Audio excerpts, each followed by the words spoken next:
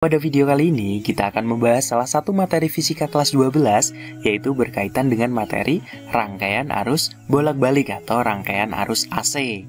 Nah, seperti apa? Yuk langsung saja simak penjelasannya berikut ini. Oke sahabat fisika, apa sih itu arus bolak-balik?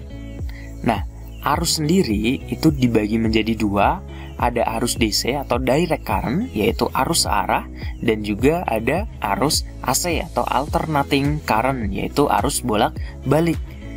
Arus DC itu contoh sumber arusnya yaitu dari baterai, aki, elemen volta. Sedangkan arus AC contoh sumber arusnya yaitu generator atau listrik dari PLN. Nah, ciri sumber arus DC, baterai, aki, elemen volta itu cirinya mereka mempunyai kutub positif dan juga kutub negatif. Nah, itu tadi contoh-contoh sumber arus DC maupun arus AC. Nah, yang namanya listrik, arus itu kan bisa diukur ya kan? Nah, alat ukur listrik kita mengenal ada beberapa alat ukur listrik nih. Ada ampermeter dan juga ada voltmeter ya kan? Ampermeter itu digunakan untuk mengukur arus listrik, voltmeter itu digunakan untuk mengukur tegangan listrik. Nah, berbicara mengenai ampermeter dan voltmeter, nanti nilai yang terukur oleh ampermeter maupun voltmeter itu kita namakan dengan istilah nilai efektif. Nah, Pak, emang ada lagi alat yang lain. Nah, untuk arus AC atau arus bolak-balik itu nanti ada alat ukur lain lagi. Nah, karena arus dan tegangan AC itu nilainya selalu berubah-ubah. Nah, nilai maksimumnya itu nanti dapat kita ukur atau dapat kita lihat menggunakan alat yang namanya osiloskop. Apa sih itu osiloskop? Nah, osiloskop itu suatu alat ukur listrik untuk mengukur arus dan tegangan AC. Jadi nanti itu bentuknya berbentuk gelombang, atau kalau kalian mungkin pernah melihat alat yang ada di rumah sakit yang digunakan untuk mendeteksi detak jantung, ya nggak? Nah, itu kan bentuknya kayak gelombang gitu. Nah, sekilas osiloskop tampaknya hampir mirip dengan alat yang ada di rumah sakit itu. Jadi nanti bentuknya adalah dalam bentuk gambar gelombang gitu. Nah, berbicara mengenai arus dan tegangan AC nih. Arus dan tegangan AC itu kan nilainya selalu berubah-ubah dan dapat digambarkan dengan menggunakan grafik sinusoidal. Nah, seperti ini. Atau dapat dinyatakan dalam persamaan. Untuk persamaan tegangan AC itu dapat dituliskan V sama dengan V max sin omega T. Kemudian untuk persamaan arus AC, I sama dengan I max sin omega T gitu. Di mana V itu merupakan tegangan, I merupakan kuat arus listrik, V max merupakan tegangan maksimum, I max merupakan kuat arus maksimum, omega merupakan kecepatan sudut, dan T merupakan waktu. Nah, kalau misalnya kita menggunakan osiloskop, mana sih yang menunjukkan nilai tegangan atau arus maksimumnya?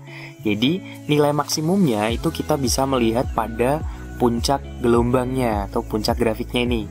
Jadi misalnya ini dari grafik tegangannya, nilai maksimumnya itu ditunjukkan oleh puncak gelombangnya ini. Misal puncak gelombangnya ini kok menunjukkan di angka 4, oh berarti tegangan maksimumnya itu nilainya 4 volt gitu. Nah, kemudian di sini tadi ada yang namanya nilai efektif gitu kan. Nah, kuat arus atau tegangan efektif itu adalah kuat arus dan tegangan yang terukur oleh ampermeter atau voltmeter. Jadi yang terukur oleh ampermeter atau voltmeter itu adalah nilai efektifnya. Sedangkan yang terbaca pada osiloskop itu adalah nilai maksimumnya gitu. Nah, untuk kuat arus efektif itu dirumuskan I efektif itu sama dengan I maksimum dibagi akar 2. Kemudian untuk tegangan efektif itu dirumuskan V efektif sama dengan V maksimum dibagi akar 2 gitu. Nah, oke sahabat fisika, biar lebih jelas yuk kita lihat contoh soal berikut ini. Sebuah hambatan 7 ohm dihubungkan dengan sumber tegangan AC sebesar 21 sin omega T. Tentukan kuat arus maksimum yang melalui hambatan dan kuat arus efektif yang melalui hambatan. Nah, jadi dari soal ini diketahui nilai hambatannya atau R sama dengan 7 ohm dihubungkan dengan sumber tegangan AC sebesar 21 sin omega T. Kita ingat persamaan untuk tegangan AC, V sama dengan Vmax sin omega T. Jadi, dapat kita simpulkan di sini bahwa nilai Vmax-nya itu sama dengan 21, ya kan? Vmax itu adalah angka yang berada di depan sin, ya kan? Sebelum sin ini menunjukkan nilai maksimumnya. Jadi, Vmax-nya 21, R-nya 7 ohm. Nah, kemudian nih di sini yang pertama yang ditanyakan adalah kuat arus maksimum yang melalui hambatan. Kita ingat lagi nih hukum Ohm bahwa V sama dengan I kali R gitu kan. Nah, berarti kalau mau nyari I kan sama dengan V per R gitu kan. Berarti kalau I maksimum sama dengan V per R, V-nya adalah V maksimum. V maksimumnya 21, R-nya 7. Oh, 21 bagi 7 berapa?